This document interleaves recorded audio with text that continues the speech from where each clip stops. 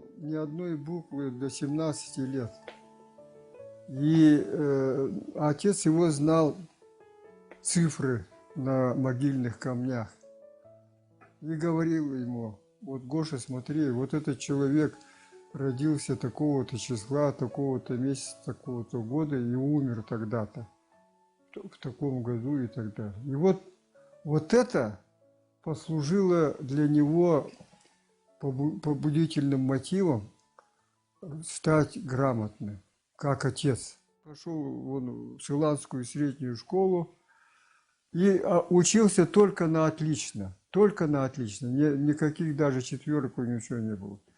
И вот он там проучился год, и в школе сказали, что вы, так сказать, освоили программу, мы тебя посылаем в педагогические училища города Якутска. Вы согласны? Нет? Он: да, конечно, согласен. И вот он приехал в педучилище, и там стал учиться очень серьезно. Причем он проявил себя очень ярко, по всем предметам учился на отлично, глубоко изучал историю, литературу как раз так. И был по математике очень, имел большие способности, по физике. И учителя ему все предлагали: давай, мол, стань математиком, физиком, да? Но он избрал историю. И вот когда он проучился там год или два, значит, открыли подготовительное отделение. Вообще пединститут открыли в те годы, да? И директор педучилища Сюльский 2 студентов досрочно отправил в пединститут как отличников учебы. И вот он, значит, устроил линейку всего коллектива там учащихся и преподавателей, и на линейке сказал: вот учитесь, как вот эти 2 товарища, Башарин и Малышев. Вот. Они поступают в пединститут, надо быстро учиться, он сказал, в наше время. Вот их проводили, и вот в пединституте он очень серьезно занимался как раз историей и литературой. И, значит, на 3-м курсе, на 3-м курсе он руководил кружком философии вместе с одним преподавателем, да? И был секретарем комсомольской организации, активистом. Вот.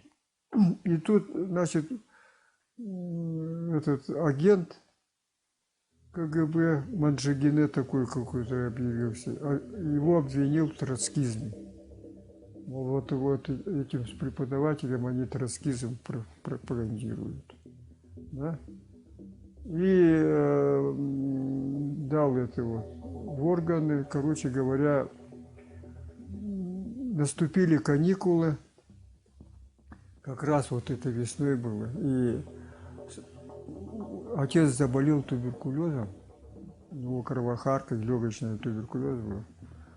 И вот летом, значит, студенты в общежитии обсуждали, кем они будут, все. Отец болеет, думали, что он больной, ничего не говорили о перспективе. Но ему сказали так: Гоша, ты давай, вот сейчас тебя обвинили в этом деле, давай поезжай в Москву, переведись на 4-й курс. Ну и собрали деньги, стипендию ему собрали. Все студенты сбросились, летнюю стипендию ему отдали. Денег-то не было ничего. И вот он поехал в Москву, целый месяц ехал и опоздал, конечно. Приходит в институт, ему говорят: ну, вы опоздали, товарищ Башарин, это раз, а потом, ну что там в Якутске, ни кандидатов, ни профессоров, никого нет, у вас знания-то плохие, наверное. А он принес зачетку, выписку, все привез, да? У него все отличные оценки. Тут проявилось его упорство. Он пошел в Министерство высшего образования, показал им зачетку, документы и сказал, вот такое обстоятельство. Те, значит, позвонили в руководство этого института имени Карла Липкнехта педагогического и сказали, возьмите Башарина. И те взяли его. Взяли, и там как раз опоздавших было много. Почти 500 человек. Ну, там, со Средней Азии, это всюду, да. Устроили экзамен по русскому языку, диктант по русскому языку. Из 500 человек 10 только получили положительные оценки. И самое главное, единственную 5 получил отец. А все его освободили от изучения русского языка. И он поступил в больницу лечиться. И вот 17 месяцев он, значит, лежал в больнице, экстерном сдавал экзамены, много читал. Плюс к этому он еще выучил немецкий язык, английский язык. Он приехал в Якутск уже с дипломом отличия и поступил на работу хранителем архивов Гуманитарного института языков и культур. Летом ехал домой или куда ли туда, в Чурапчутак, навестить этих своих родителей. На пароходе состоялся разговор. Он проходил мимо, там разговаривали Местников и Жирков, композитор Жирков и Местников. И говорили о том, что вот Кулаковский, Сафронов и Неустроев, наши писатели, так, незаслуженно обвинены, значит, в буржуазном национализме, очень хорошие писатели. Он проходил мимо, а в то время прямо писали везде, что они враги народа, там книги их сожгли. Возмутился, говорит, как это так? Все говорят вот так вот, а вы вот так вот говорите. Они ему говорят, ну это ты не знаешь, мы их знали, общались, хорошие люди. И он пошел так в свою каюту и не спал. Представляешь, всю ночь не спал, подумал, как-то ему плохо стало, так? Он стал думать и решил, что изучить архив. Как раз их труды в архив же были. Вот он прочитал эти произведения и сделал для себя вывод, что это вот самые прогрессивные люди, незаслуженные вот их клеймят. Вот. И это решил написать диссертацию по этой теме, да? Написал, изучил массу литературы, вот, русской литературы, он очень хорошо разбирался. Приехал в Москву и, значит, выступил там на совещании, а он стал на защиту. И поэтому вместе с писателями их позвали в Москву.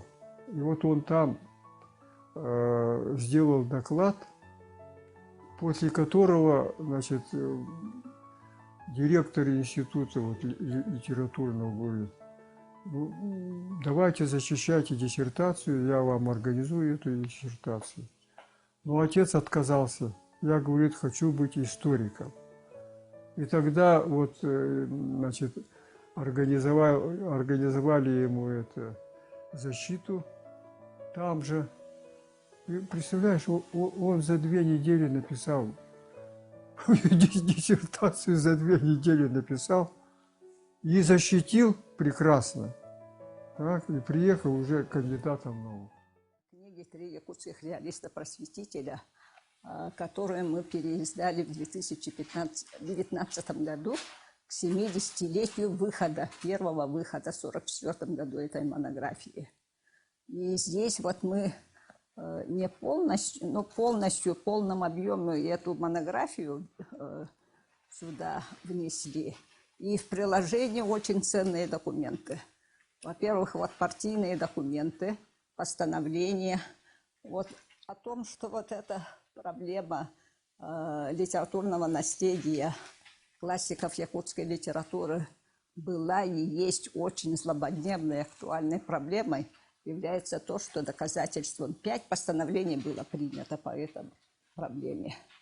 Вот он в 1942 году поднял вопрос о том, чтобы надо реабилитировать этих людей, незаслуженно обвиненных. В 1943 году специальное постановление вышло, что запретить Башарину. Написано прямо черным по белому. Но подвиг его в том, что вот он пошел против этого постановления. Он продолжал же работать над своей работой. И в 1943 году в Москве он успешно защитил, а в 1944 она была уже издана. Ну, в 1952 году вторично вот эту работу обвинили в ужасном национализме и из истории литературы.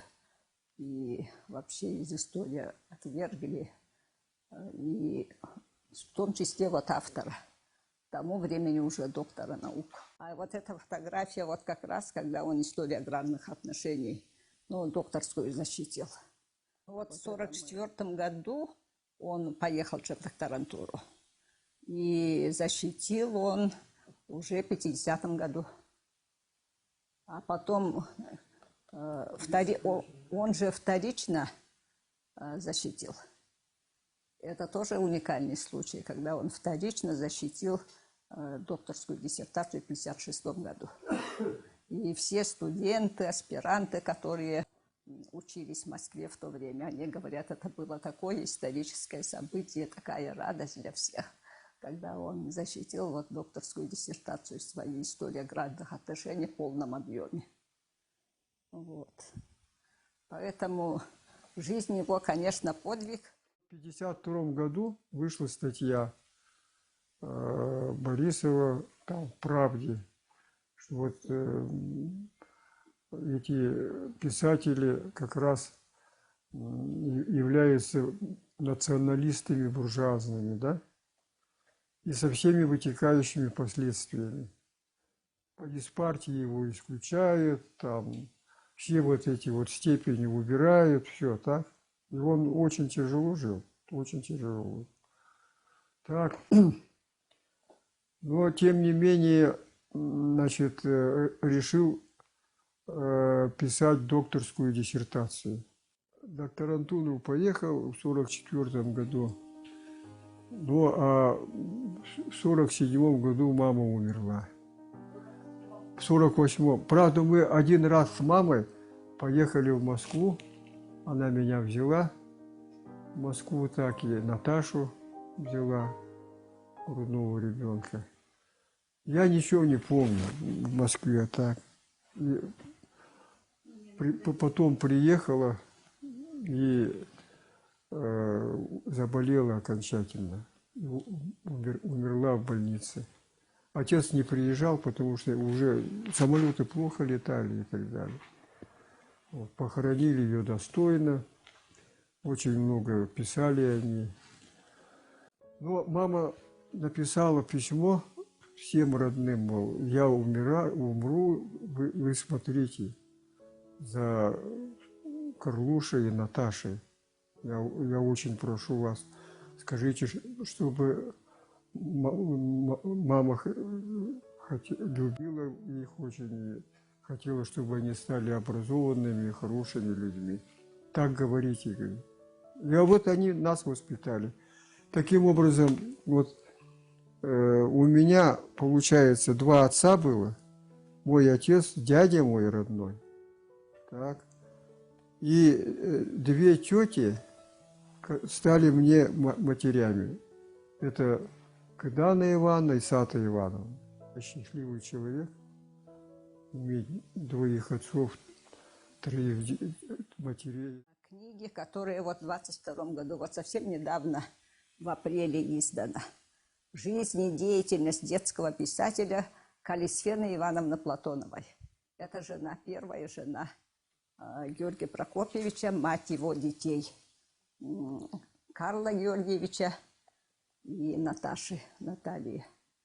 Вот, она была очень интересным человеком, не просто матерью, женой Георгия Прокопьевича и его соратником, но она была писателем детским, переводчиком и радиожурналистом.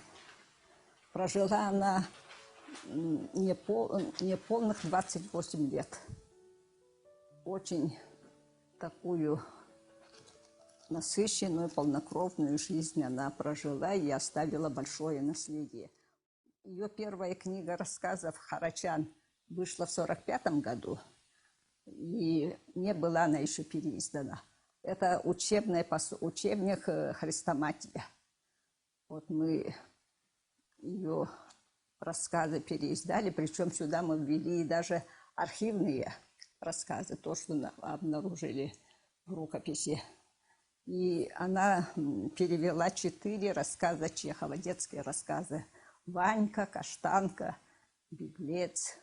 Докторскую-то диссертацию написал «История аграрных отношений», и эта книга оказалась вкладом в мировую науку вообще всех народов, потому что речь шла о земледелии, так, о земле, короче говоря, он там большие открытия сделал.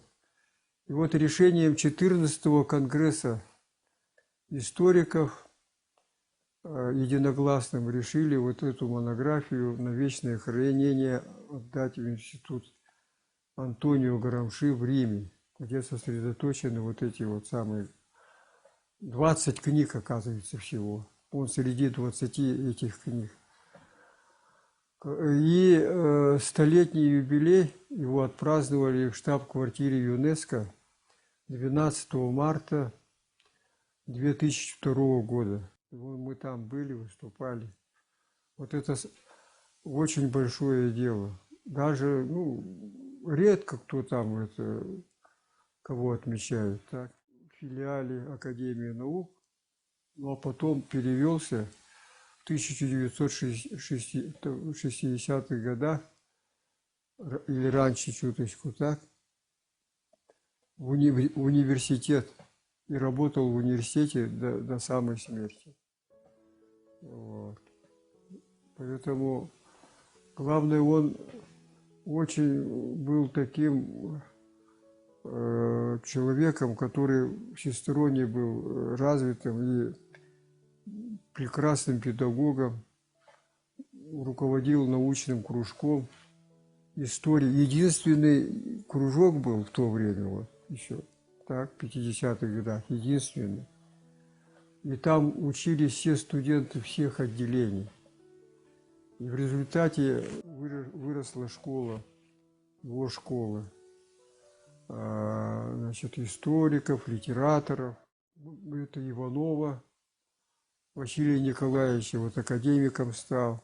Многих можно. Алексеев Анатолий Николаевич тоже академик. Тот же Игнатьев. Много-много человек, так, 70 отстепененных, в том числе 20 докторов и кандидатов, около 50, так, которые под его влиянием стали учеными.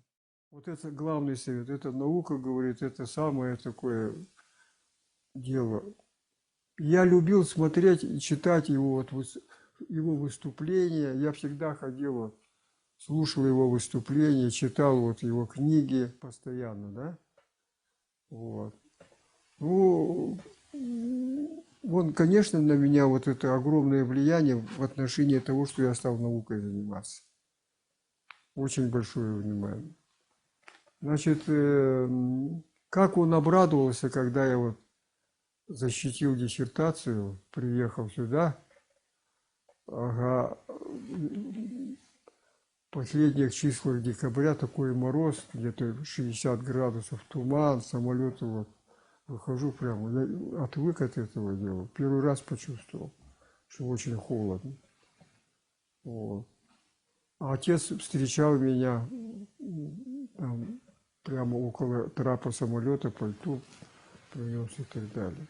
У него был принцип, которого он придерживался всю жизнь. Этот принцип такой: ортодоксальная научная правда при любых условиях в сочетании защиты интересов народа и служением ему. Вот это правило очень мощное. Он был очень большим патриотом России и Якутии. Об этом Сахаров говорил, что он великий гражданин Якутии и России. В этом его нетленность и в этом его сила. И вот его теория мирного добровольного вхождения Якутии в состав России – это самая такая сейчас и была, и сейчас самая такая актуальная проблема. Потому что, видите, все народы вот так вот разрозненные. Вот. Этот вопрос я очень хорошо понимаю, поскольку я врач-патологоанатом, антрополог и так далее. Этот вопрос, и я изучаю вопросы поведения животных и так далее. Да? В общем, всегда вот такая борьба шла и будет идти, войны будут постоянно. Так. Поэтому это до тех пор, пока, так сказать, люди не поймут окончательно, что человечество, значит, должно объединиться в борьбе вот за мир и дружбу народов, за сотрудничество. Вот в чем дело. И вот в этот вклад очень большой сделал. Я вошла в их семью в 1971 году. И до конца жизни, до 92 года, я была, конечно, членом семьи, невесткой, вот, старшей. И у нас было у нас трое детей. Он очень любил своих внуков. И вот я писала доклад даже на тему роль профессора Георгия Прокопьевича в воспитании внуков, потому что у него была своя система воспитания.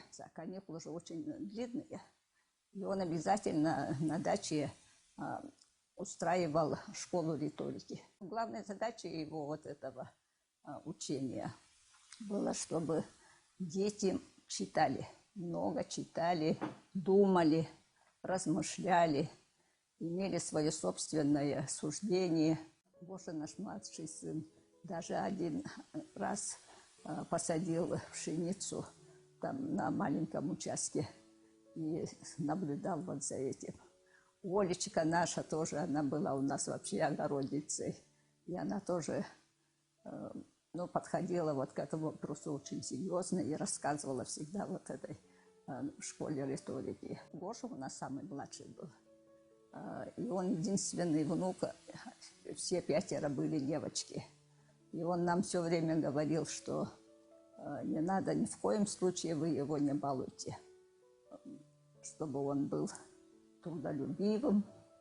Вот не надо баловать, на это внимание обращал, и девочек тоже, чтобы мы обязательно их воспитывали в труде, чтобы они праздное время не проводили. Вот. И вот старшие это не хотели перед младшими как-то вот так вот выглядеть бледно. И они прямо готовились очень хорошо к этим занятиям. А младшие как раз вот они все вот впитывали, что говорили старшие. Поэтому, видимо, у младших развитие шло очень быстро. Он их всех научил плавать, в общем, чтобы они обязательно в спортивных кружках занимались. Так что он очень плотно занимался их воспитанием, и мы, конечно, очень ему благодарны за это. И еще вот он говорил, что обязательно дети вот городские должны знать свой родной язык. И наши дети учились во второй школе, ну, в так называемом экспериментальном классе. А якутский язык они прямо сразу с первого класса обучали как предмет. В силу возраста при жизни дедушки я не мог в полной мере оценить его научные труды, но тем не менее я помню тот огромный объем работы рукописной, книжной, над которыми трудился мой дедушка. При этом он всегда находил время для общения, воспитания внуков. Лично меня он научил читать в дошкольном возрасте. Летом организовывал для всех внуков школу риторики. Регулярно в течение года приходил, интересовался нашей успеваемостью, успехами в школе, в спорте. Сегодня я понимаю, насколько это был разносторонне развитый человек. Его труды в области сельского хозяйства на сегодняшний день становятся особенно актуальными. Оказалось, что дедушкины работы хранятся во многих западных университетах, в библиотеках. Двухтомник «История аграрных отношений в Якутии» находится в 54 библиотеках мира. Некоторые вопросы историографии вхождения Сибири в состав России в 37. Обозрение историографии дореволюционной Якутии в 28 библиотеках мира. А 3 якутских реалиста-просветителя в библиотеке Конгресса в Вашингтоне и в библиотеке Оксфордского университета. Непосредственно о нем написали ряд ведущих западных историков и антропологов. В частности, хотелось бы остановиться на работе Питера Блэдстейна. Он декан исторического факультета университета Лоренс в Висконсине. В 2007 году он написал статью на 44 страницах «Дело Башарина и культурная политика в СССР в 40-50-е годы». Поражает, насколько противоречивой и сложной была политика культуры советского государства, которое пыталось построить общество национальное по форме и советское по содержанию. Это было необыкновенно трудно сделать, как видно из биографии Башарина, который в своей легендарной монографии сделал попытку примирить два мира. Говорить с позиции якута и с позиции коммуниста. Действительно, задача не из легких. При условиях, когда грань между здоровым продвижением национальной культуры и неприемлемым национализмом была необыкновенно тонкой, как пишет Блэдстейн. В заключение хочу сказать, что я как ученый могу оценить работы дедушки. Они фундаментальны, глубоки. Феномен его был в таланте находить интересные темы, глубоко копать, быть необыкновенно продуктивным. Он нашел свое призвание в этом. Талант ученого становится очевидным, когда теоретические разработки находят отклик и применение в настоящей жизни. Так было и с его книгой, осужденной за буржуазный национализм, так и с работой по аграрным отношениям и с его концепцией дружбы народов и добровольного вхождения Якутии в состав России. В свете современных событий эти темы становятся наиболее актуальными. Этих широпчинских переселенцев я всех уже по Булуну знаю. И эта тема стала для меня очень такой близкой. И я узнала, что Георгий Прокопьевич к этой проблеме тоже причастен. В 1942 году, вот когда переселенцы на берегу